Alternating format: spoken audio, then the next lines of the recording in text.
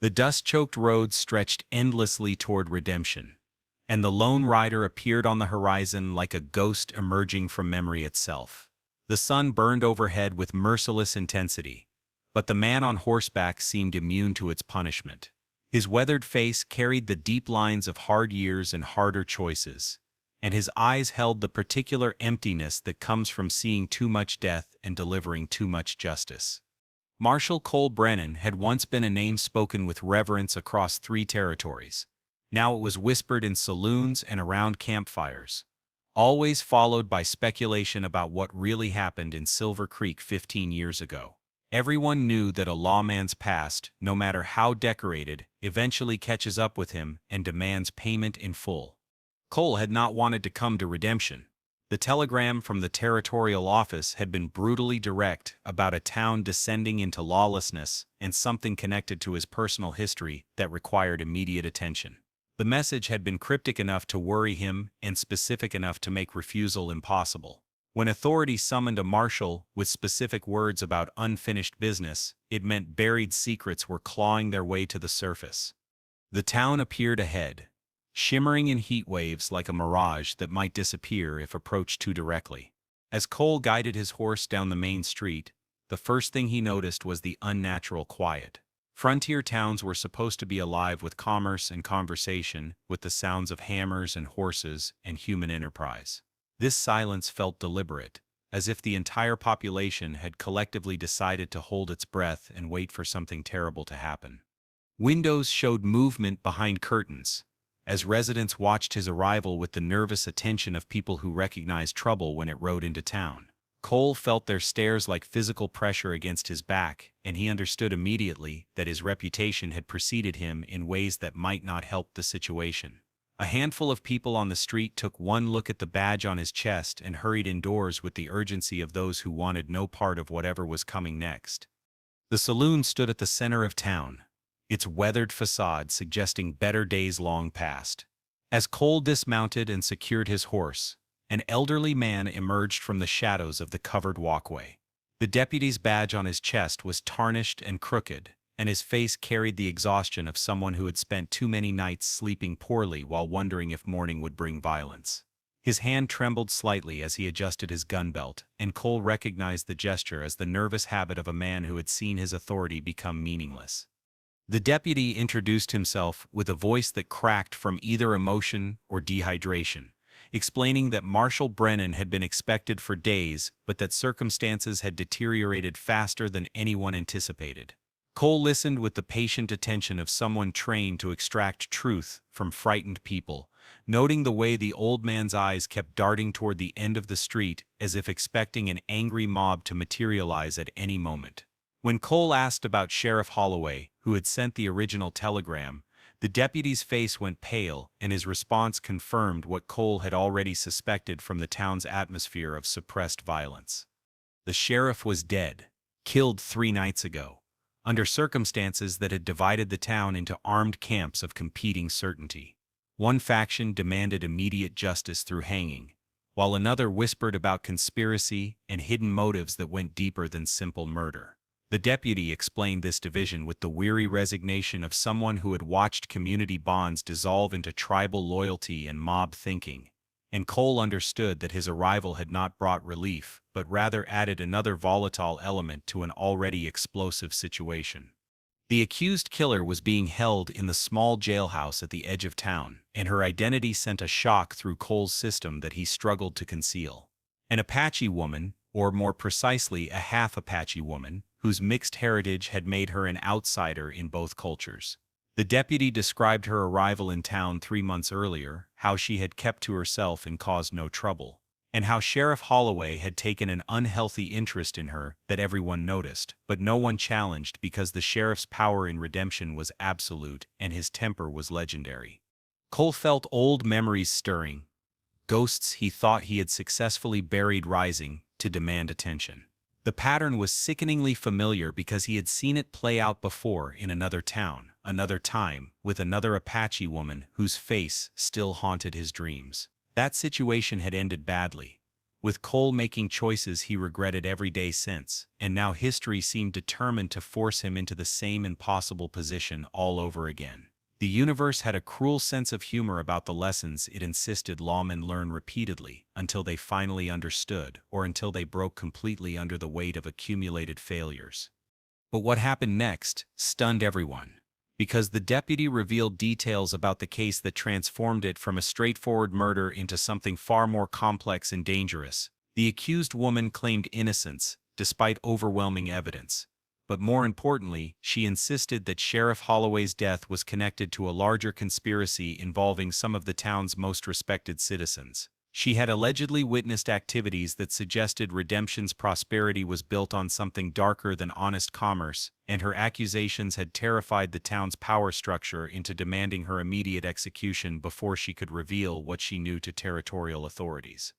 Cole recognized the dynamics immediately, because corruption in frontier towns followed predictable patterns, with legitimate business serving as cover for operations that existed in legal gray areas or crossed into outright criminality. Mining towns attracted the desperate and the ruthless in equal measure, and men with enough ambition and insufficient conscience could build empires on the exploitation of those with less power. If the woman had stumbled onto evidence of such arrangements, then her execution would serve multiple purposes beyond simple revenge for the sheriff's death.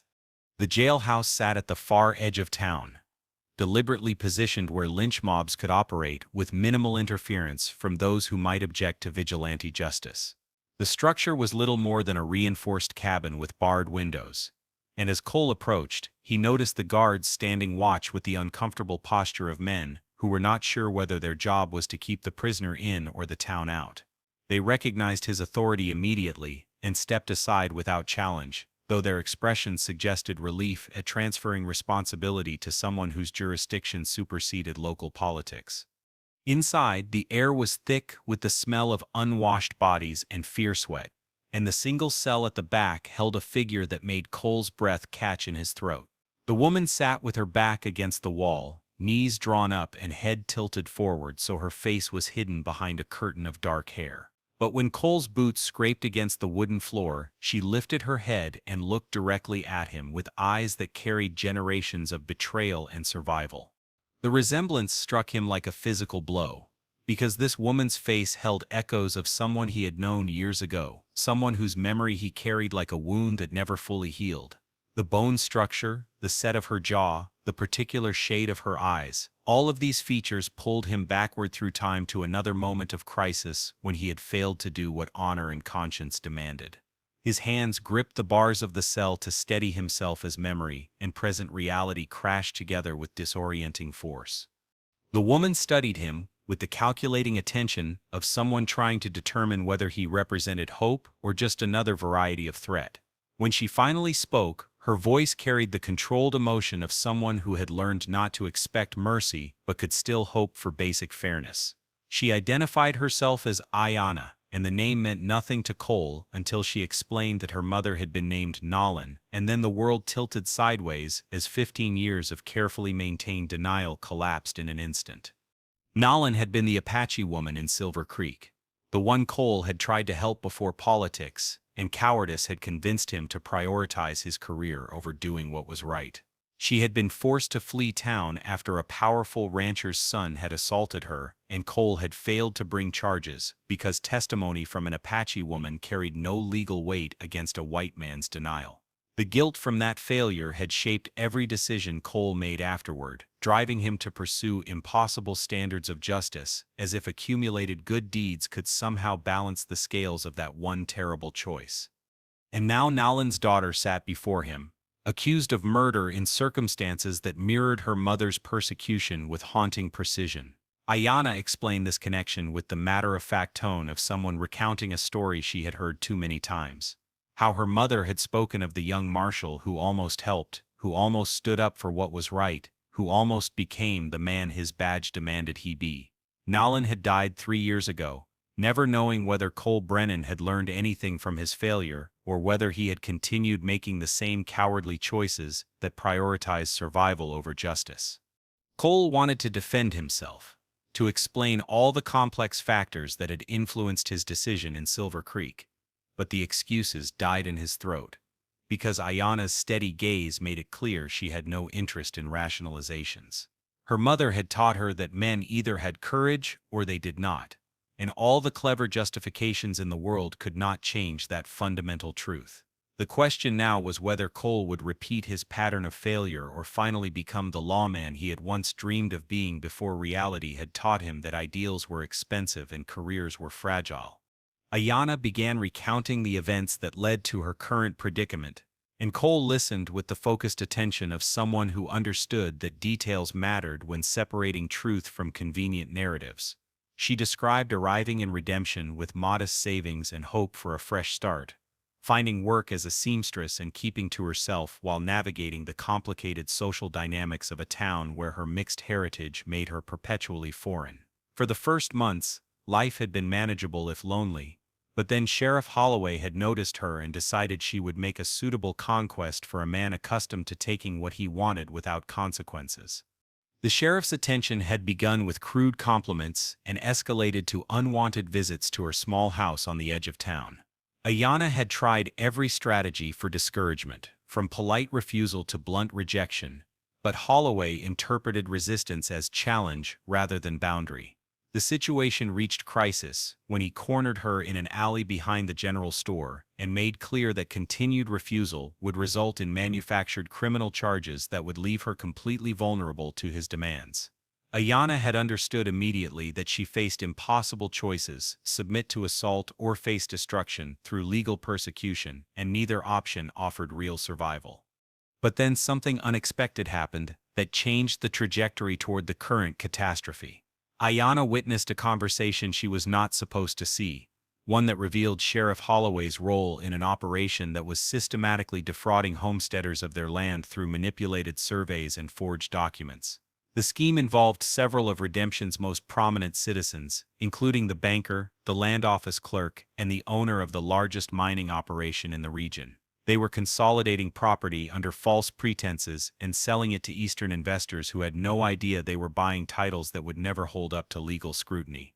Holloway had spotted Ayana listening from her hiding place, and his expression had transformed from lecherous interest to cold calculation. He had given her a choice: become his property in exchange for silence about what she had overheard, or refuse and face criminal charges that would lead to her execution as surely as a bullet. Ayana had tried to run, planning to flee Redemption entirely, but Holloway had moved faster, orchestrating her arrest on fabricated theft charges that would keep her under his control until he decided her ultimate fate. The situation had reached its breaking point 3 nights ago, when Ayana had escaped from the sheriff's custody during a prisoner transfer. She had hidden in the abandoned church at the edge of town, desperately hoping to survive until morning when she could attempt escape into the wilderness. But Holloway had tracked her there, alone and drunk and angry about the trouble she had caused. He had kicked open the door with his gun drawn, shouting threats about what would happen when he dragged her back to the jail, and then someone had shot him from the shadows of the sanctuary. Ayana insisted she had not fired the fatal shot, that she had been unarmed and terrified and convinced she was about to die.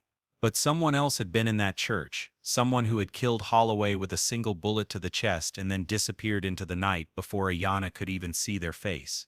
The town had found her standing over the sheriff's body at dawn, and the circumstantial evidence had been damning enough to convince most residents that she was guilty regardless of her protests of innocence. Only a handful of people questioned the official narrative, including Deputy Marshal Hayes, who had insisted on telegraphing the territorial office for help before the mob could organize a proper lynching. Cole absorbed this account while studying Ayana's face for signs of deception, but everything about her manner suggested someone telling the truth as they understood it. The question was whether her version of events could be proven against the weight of community opinion that had already decided her guilt. Frontier justice moved swiftly, when the victim was someone with authority and the accused was someone without power, and Redemption's citizens had spent 3 days working themselves into the kind of righteous anger that made careful investigation seem like unnecessary delay before inevitable execution. But what troubled Cole most was the conspiracy Ayana described, because if her account was accurate, then Sheriff Holloway's murder was not about revenge, but about silencing someone who threatened to expose a criminal operation worth hundreds of thousands of dollars.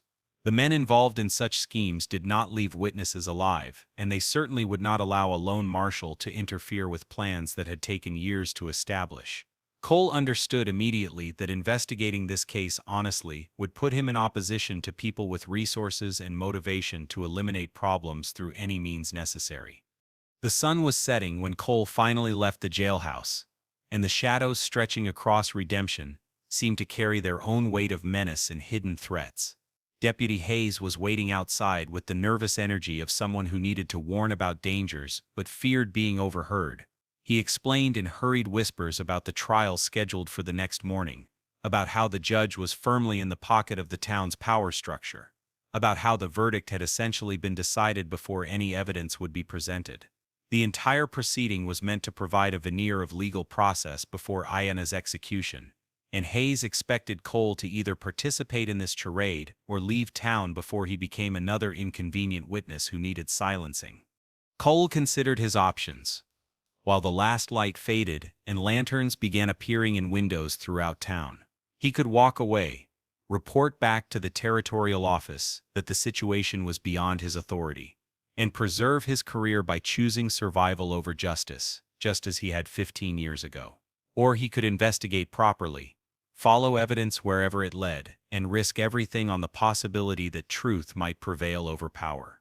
The choice should have been simple for a man wearing a badge, but experience had taught Cole that courage was expensive and idealism was a luxury that got good men killed.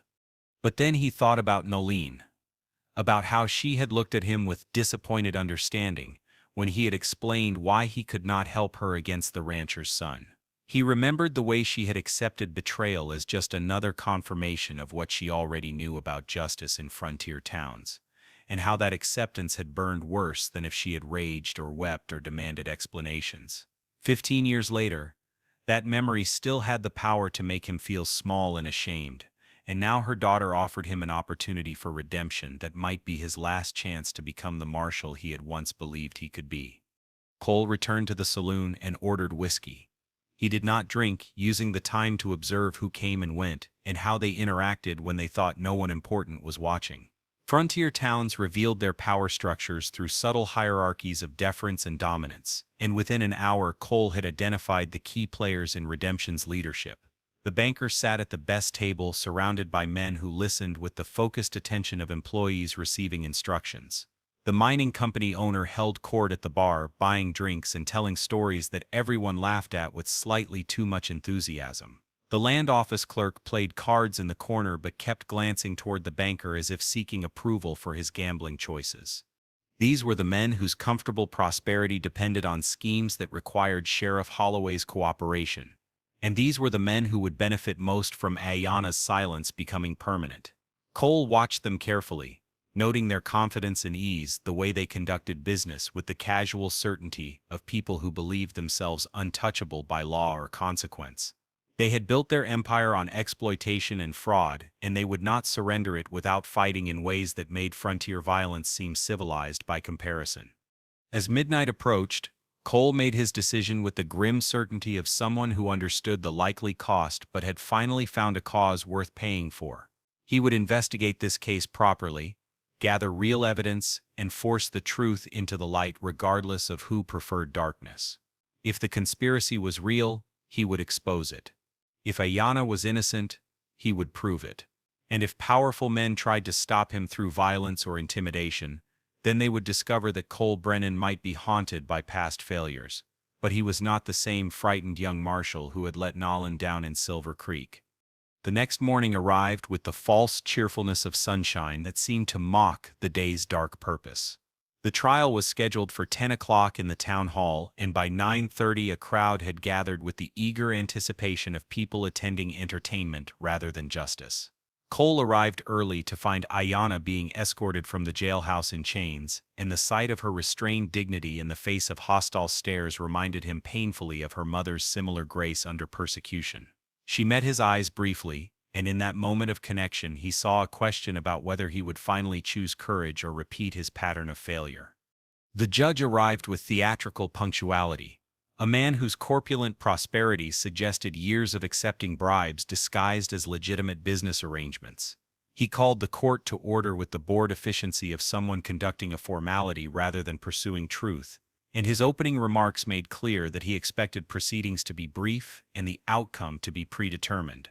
The prosecutor presented evidence with the confidence of someone who knew the verdict was already secured, describing Ayanna's supposed motive and opportunity while ignoring any detail that might complicate the simple narrative of revenge killing. Cole listened carefully, noting the gaps and inconsistencies that would have troubled an honest investigation. No weapon had been found, which the prosecutor explained away as obvious disposal of evidence. No witnesses could place Ayanna at the church with a gun, which was attributed to the late hour and poor visibility. The timeline of events was vague enough to accommodate multiple interpretations, but only one version was being presented as if it were unquestionable fact. The entire proceeding was designed to rush toward conviction without allowing space for doubt or alternative theories. When the prosecutor finished his presentation, the judge asked if anyone wished to speak in the defendant's interest, and the silence that followed confirmed that Redemption's citizens had no intention of risking their social standing by defending an accused murderer. Cole watched this cowardice with familiar contempt, remembering his own similar choices and how easy it had been to justify inaction when the cost of courage seemed too high. But then Deputy Hayes caught his eye from the back of the room, and the old man's expression carried a challenge that could not be ignored or misunderstood. Cole stood up, and the room went silent, with the kind of attention that precedes either revelation or violence.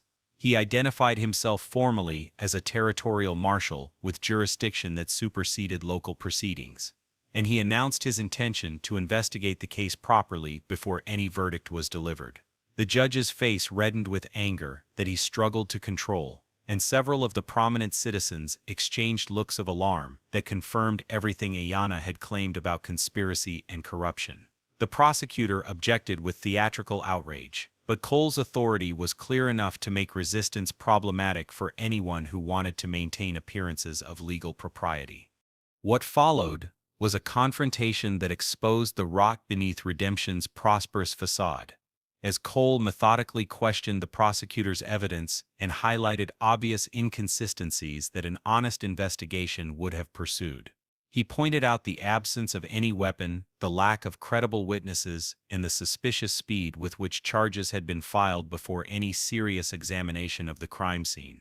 Most importantly, he raised questions about Sheriff Holloway's activities in the days before his death, specifically his involvement in land transactions that might have given multiple people motive to eliminate him as a liability or loose end in a larger criminal operation. The banker stood abruptly, his face flushed with anger and something that looked like fear. He demanded to know what Cole was implying about respected citizens who had built Redemption through honest enterprise and vision. Cole met this challenge with the cold stare of someone who had finally found his courage and would not be intimidated into silence again. He stated clearly that he suspected a conspiracy to defraud homesteaders, that Sheriff Holloway had been involved in this scheme, and that his murder might have been committed by someone who feared exposure rather than by the woman being scapegoated for political convenience. The accusations hung in the air like gunpowder smoke, and Cole could feel the room dividing into factions based on loyalty and self-interest. Some citizens looked shocked by these revelations, while others seemed unsurprised and resigned as if they had suspected corruption, but lacked the courage to challenge it. The judge attempted to restore order with threats of contempt charges, but his authority was evaporating as people began questioning what they had been told versus what might actually be true. The prosecutor demanded evidence for such serious accusations, and Cole responded by calling his first witness in a proper investigation rather than a staged conviction. Deputy Hayes took the stand with visible nervousness, but his testimony was devastating to the prosecution's simple narrative. He described finding inconsistencies at the crime scene that had been ignored in the rush to charge Ayanna, including evidence suggesting the shooter had been positioned in a location she could not have accessed.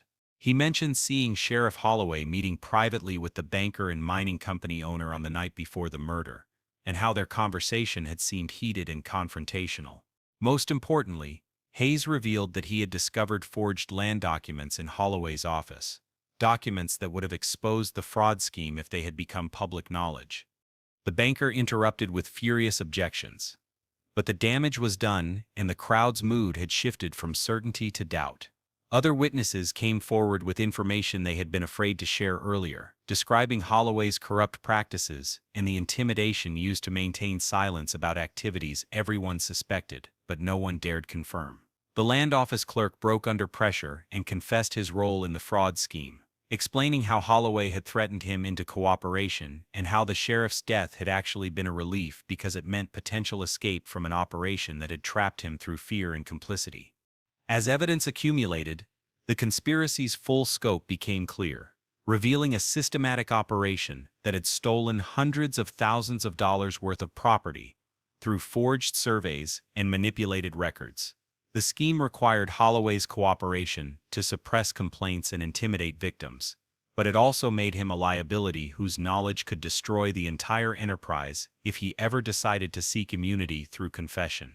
Someone had decided that eliminating the sheriff was safer than trusting his continued silence, and Ayanna's presence in town had provided a convenient scapegoat whose execution would close the case without further investigation threatening to expose everyone involved. The judge attempted to adjourn the trial, but Cole refused to allow proceedings to end without resolution.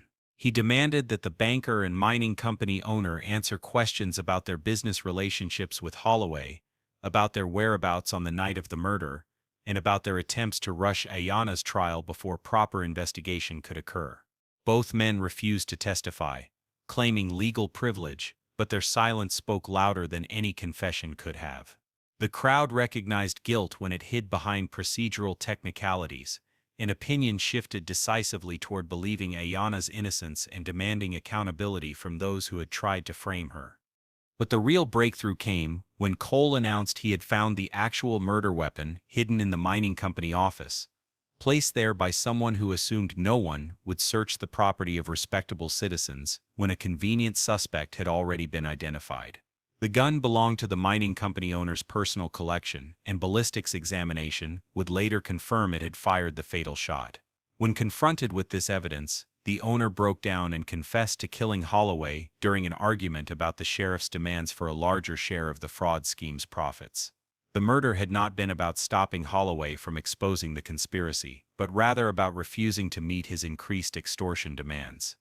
The judge had no choice but to dismiss all charges against Ayanna, and the crowd erupted into chaotic argument, as some celebrated justice, while others condemned the revelation that their community's prosperity had been built on criminal foundations.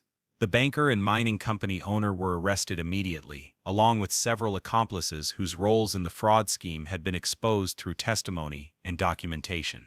Deputy Hayes found himself promoted to interim sheriff, a position he accepted with reluctant determination to restore honest law enforcement to a town that desperately needed reform. In the aftermath of these dramatic revelations, Cole found himself alone with Ayanna in the now empty courtroom. She looked at him with an expression he could not quite read, something between gratitude and lingering doubt about whether one moment of courage could truly balance years of cowardice.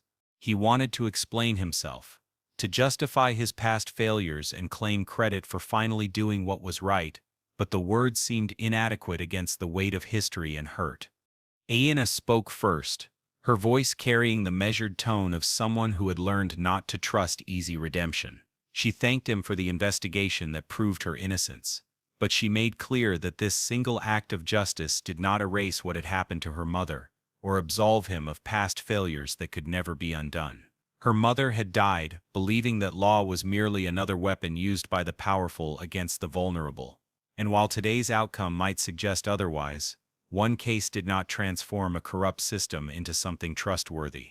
Ayanna planned to leave redemption as soon as possible, to find somewhere that her mixed heritage would not mark her as perpetual outsider, and she expected nothing from Cole except the freedom to build a life without his interference or his guilt. Cole accepted this judgment without argument because he recognized its justice and its mercy. Ayanna could have demanded more, could have forced him to confront every specific moment of past cowardice, but instead she chose to let him carry his own burden without adding her anger to its weight. She acknowledged that he had made different choices this time, that he had risked career and perhaps life to pursue truth instead of convenience, and that this courage mattered even if it could not repair everything that had been broken through earlier failures. Her mother would have appreciated knowing that the young marshal eventually became the man his badge had always demanded he be, even if that transformation came too late to help when help had mattered most. They parted with formal courtesy and unspoken understanding that their connection was finished except as memory and lesson. Ayanna would carry her mother's story forward, adding this chapter about complicated redemption that never quite satisfied but nonetheless represented progress from pure failure towards something approaching honor. Cole would continue wearing his badge with new awareness of how easily good intentions could be corrupted by fear and self-interest, and how courage required constant practice rather than single moments of dramatic heroism. The girl who looked so much like Nolan would become a woman whose life was shaped by both betrayal and rescue, and perhaps that mixture would help her navigate a world that demanded resilience from those the powerful considered expendable. The Territorial Office commended Cole for exposing the fraud scheme and restoring lawful order to redemption, but the formal praise felt hollow against his private knowledge of how close he had come to repeating past mistakes. The conspiracy had been dismantled and guilty men would face justice, but dozens of homesteaders had already lost property to the scheme, and no legal mechanism existed to fully restore what had been stolen. The town would recover financially, but the social trust shattered by revelations of elite corruption would take generations to rebuild, if it ever did. Justice had been served in this particular case, but the broader patterns that enabled such exploitation would continue until people with power chose ethics over profit and victims found courage to demand accountability despite the personal cost. Cole left Redemption after a week of helping Deputy Hayes establish new procedures and pursue remaining conspirators who had fled before arrests could be made. The town watched him go with mixed feelings, grateful for the investigation that exposed rot but resentful that an outsider had been necessary to force confrontation with uncomfortable truths. Frontier communities preferred handling their own problems without territorial interference, even when local solutions proved inadequate or corrupt. The marshal's departure restored an illusion of autonomy, though everyone understood that what had been revealed could not be forgotten and would shape the community's future through changed relationships and grudging reforms. The ride away from town gave Cole time to reflect on everything that had happened and what it meant for who he had become versus who he had been 15 years earlier. The young marshal in Silver Creek had chosen career over conscience, convincing himself that one woman's suffering was unfortunate, but not worth sacrificing his future over. That choice had haunted him ever since, and he had tried to compensate through years of honest service that somehow never felt adequate to balance the scales.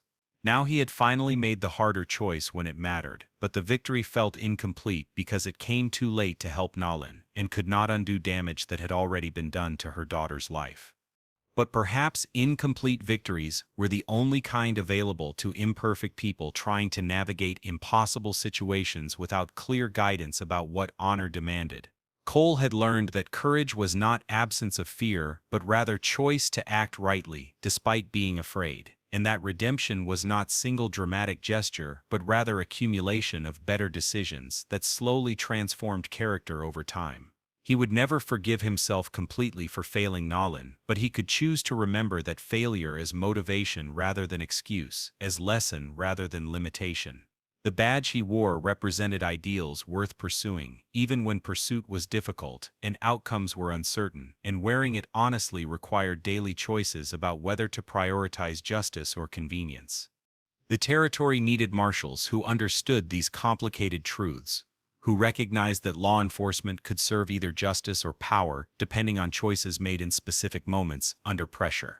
Cole would continue serving with new awareness of how easily good intentions could be corrupted and how constant vigilance was required to resist compromise, when compromise seemed practical. Ayanna's mother had died believing that badges meant nothing when men lacked courage to use their authority properly, and while Cole could not change that bitter truth for Nolan, he could honor her memory by becoming the marshal she had hoped might exist if men in power ever chose ethics over expedience. The road ahead was long, and the next crisis would come sooner than Cole wanted to face it, but he rode forward with something he had not felt in 15 years. Not peace, because past failures would never fully disappear, but rather purpose built on understanding that justice required personal cost and that some debts could only be paid forward through present courage rather than past regret. Nellen's daughter would make her own way in the world without his help, but perhaps somewhere she would hear about a territorial marshal who occasionally did what was right even when right was difficult. And maybe that reputation would give her hope that law could sometimes serve justice despite overwhelming evidence to the contrary. The sun was setting when Cole reached the territorial office to file his report, and the familiar weight of bureaucracy and procedure settled around him like armor he had temporarily removed. Officials would read his account of events and extract whatever lessons served their interests while ignoring complications that made simple narratives problematic. The conspiracy and redemption would become another case study about frontier corruption, valuable for training purposes but forgotten in specific human costs that could not be reduced to policy recommendations. Cole would be commended and reassigned to the next crisis, and the cycle would continue until he retired or died or finally broke under accumulated weight of impossible choices and inadequate solutions. But tonight, riding through the gathering darkness, Cole allowed himself to believe that one case handled properly might matter more than he could measure, that Ayanna might survive and flourish despite everything that had tried to destroy her, and that somewhere in the complicated web of justice and failure and redemption, Nolan's spirit had witnessed her daughter's rescue and found some small satisfaction that the young marshal had finally become the man his badge demanded. This belief might be illusion or wishful thinking, but it helped Cole continue carrying burdens that sometimes seemed too heavy for human shoulders. And perhaps that was enough to know that trying mattered even when outcomes were uncertain, that courage was valuable even when incomplete, and that the difference between good lawmen and bad ones often came down to a single choice made at exactly the right moment when everything hung in balance, and the easy path beckoned with seductive logic about survival and pragmatism. The territory stretched endlessly in all directions, filled with towns where justice remained rare, and power remained entrenched, and victims remained voiceless, unless someone with authority chose to hear. Cole Brennan was just one marshal with limited reach and flawed history, but he had learned that even small acts of courage could shift balances when they occurred at critical moments. Redemption had been such a moment, and Ayanna had been saved because he finally chose correctly when similar choice had defeated him years earlier. Tomorrow would bring new crises and new chances to fail or succeed. But tonight Cole rode through the darkness knowing that Nolan's daughter was free and that her freedom had been purchased through finally doing what should have been done long ago when fear and weakness had won instead. Justice in the territories was imperfect and often late, but it still existed for those willing to pursue it despite personal cost and professional risk. The badge Cole wore represented that possibility. That slim chance that law could serve more than power, when men with courage used their authority to defend those without protection. It was a fragile thing, easily destroyed by compromise and corruption, but it remained worth fighting for, because the alternative was accepting that might made right and the powerless existed only to be exploited by those with resources and position. Cole had learned this lesson too slowly and at terrible cost, but he had finally learned it, and that learning would shape every choice he made until his last day wearing the badge that marked him as someone who might occasionally make justice real instead of merely theoretical.